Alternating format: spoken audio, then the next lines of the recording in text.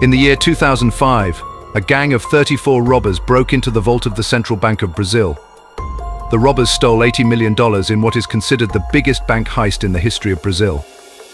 The astonishing part was that the central bank's vault was equipped with surveillance cameras, heat sensors, and high security systems. So how did the robbers manage to enter, steal, and exit without triggering the alarms? The police investigation into this case lasted for years, and imagine their surprise when they discovered that the millions the robbers stole had turned into a curse upon them, to the point where most of them wished they had never participated in the heist. How did this happen? And how did the police investigation uncover massive corruption among the police officers themselves? This is one of the craziest stories in history. Believe me, on my guarantee, you will feel like you're living in a crime movie. There is no real-life story you'll see with crazier twists and turns, so brace yourselves.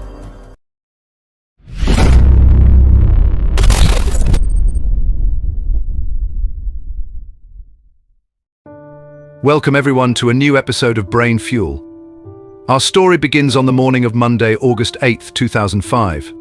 The Brazilian Federal Police received a report that the central bank located in the city of Fortaleza had been robbed.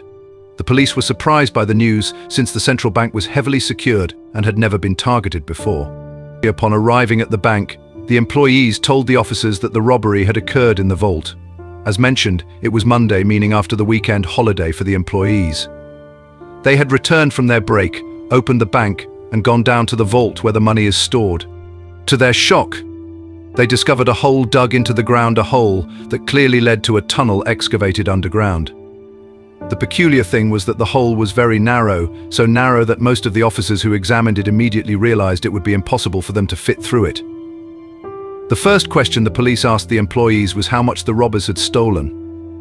The employees replied that they hadn't counted it precisely but estimated over 100 million Brazilian reais. However, upon carefully counting, they discovered the actual amount stolen was 164 million reais, equivalent to around $80 million, an insane figure, even without accounting for inflation and currency conversion at that time. The weight of this cash was estimated at around 3.5 tons, roughly the weight of 3 average cars. Imagine cash weighing as much as 3 vehicles. It's a massive pile of paper money in physical form.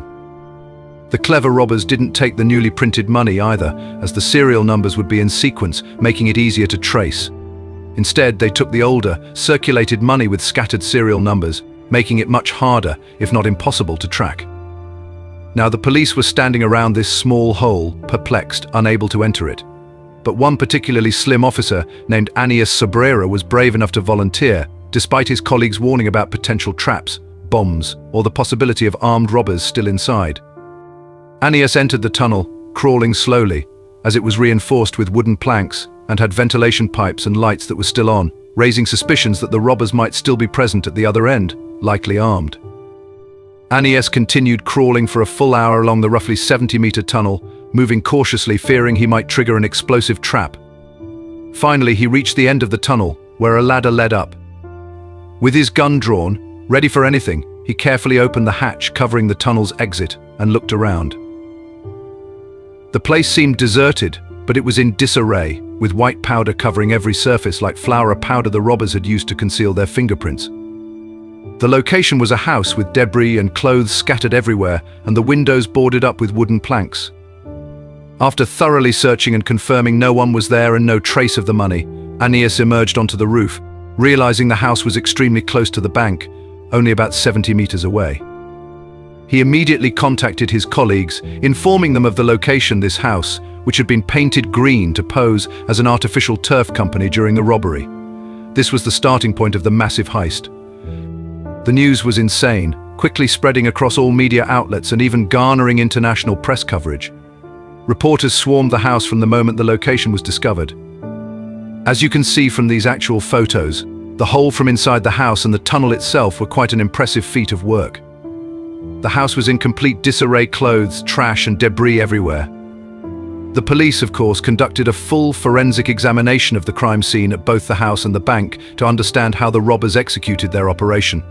Investigators immediately noticed striking similarities between this heist and another that had occurred the previous year in the city of São Paulo, a city known for robberies and gangs. They realized there must be a connection with some of the perpetrators from that previous job likely involved in this central bank robbery as well.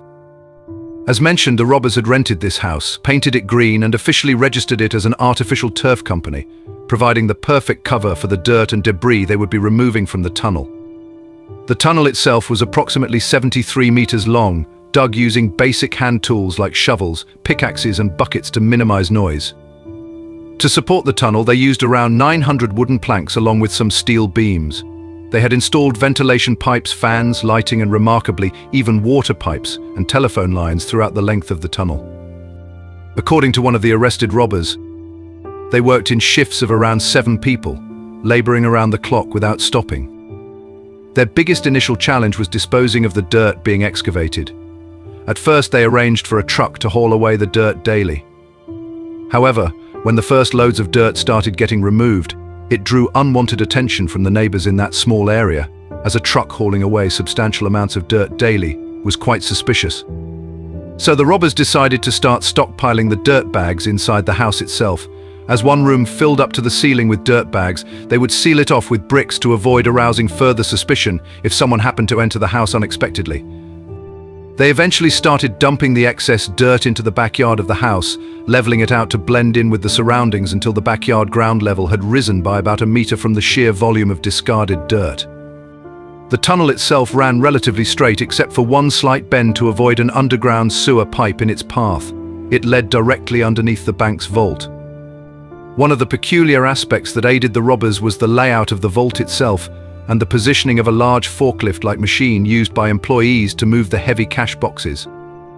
Employees typically left this large piece of equipment wherever it stopped at the end of their shift, rather than returning it to a designated place. Incredibly, on the Friday evening before the robbery weekend, this forklift machine was parked right next to the spot where the tunnel emerges into the vault, obstructing the view of one of the security cameras monitoring that area. The metal support beams for this forklift also created a narrow 60 centimeters gap between the beams and the vault's wall.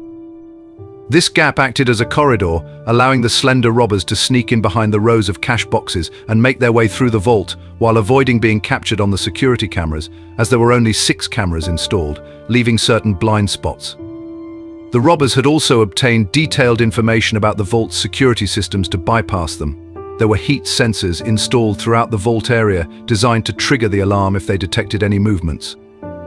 However, these sensors were inexplicably mounted on the ceiling instead of at ground level, where they would have been much more effective.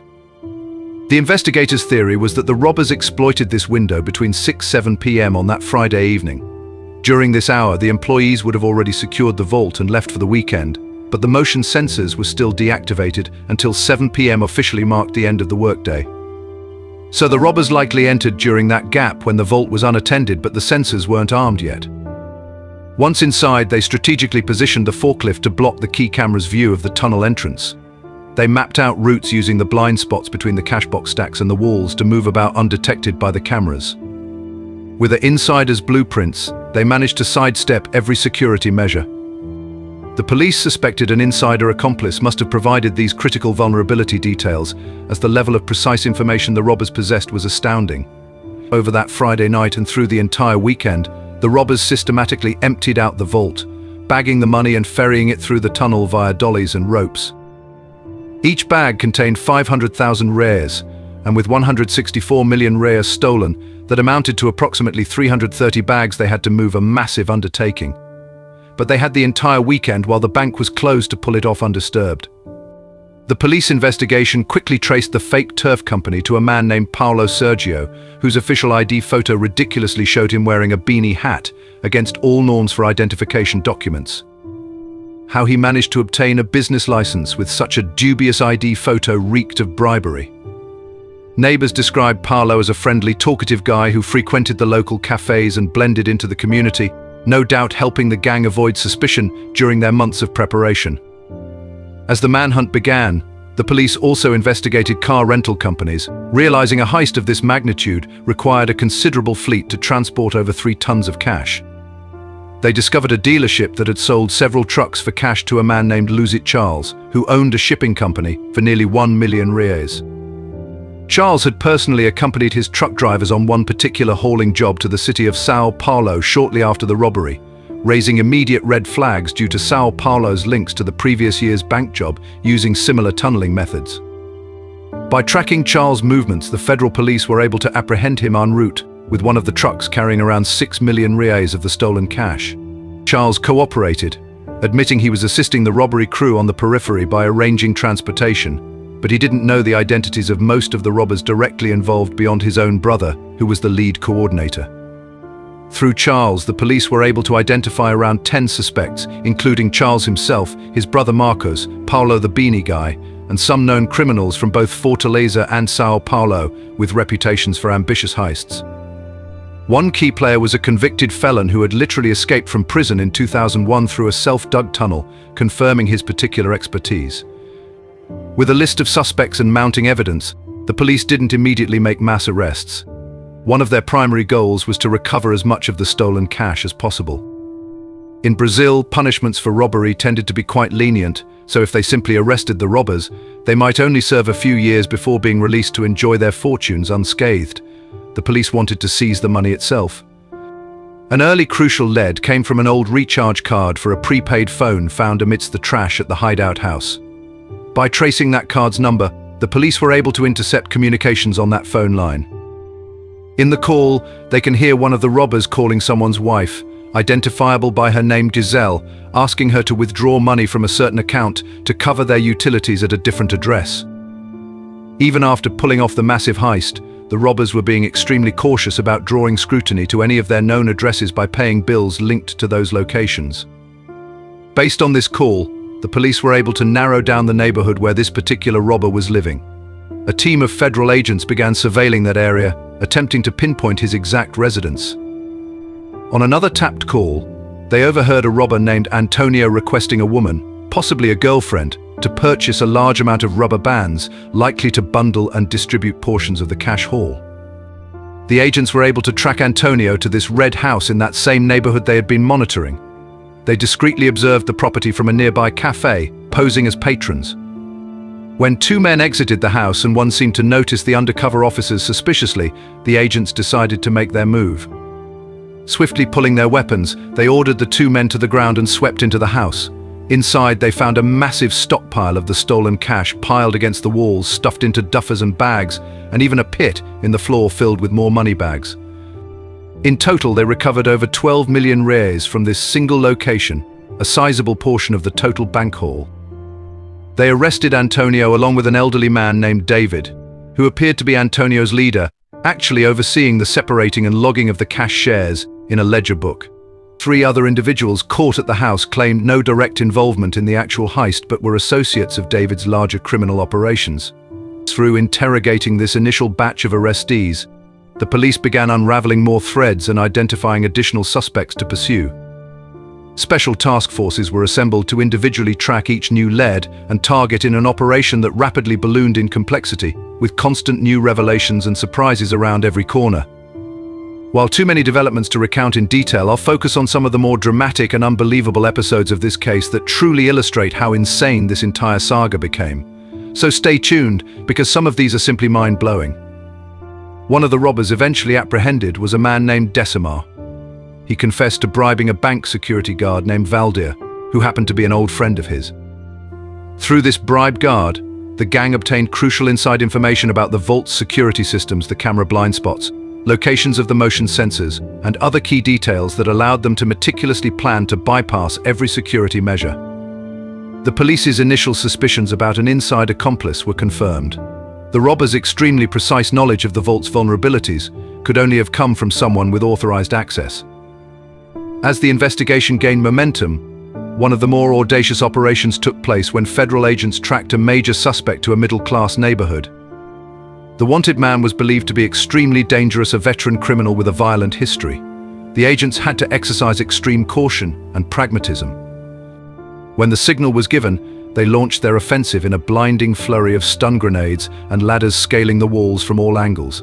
Absolute pandemonium ensued as they breached the house and engaged in roving room-to-room clearance operations.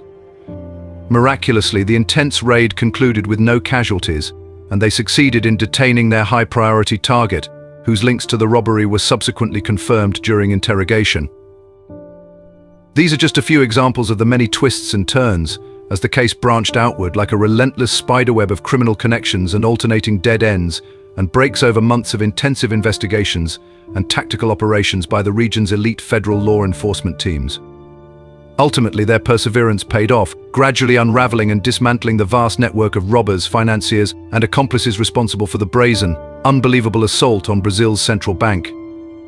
It is a case study in meticulous detective work and an utterly gripping drama that indeed must have felt like living inside an action movie for all those involved. My dear viewers, here we reach the end of our story. I hope you enjoyed the story. If you liked the video, don't forget to hit the like button and subscribe to the channel. Also, click the bell icon to receive notifications for new videos.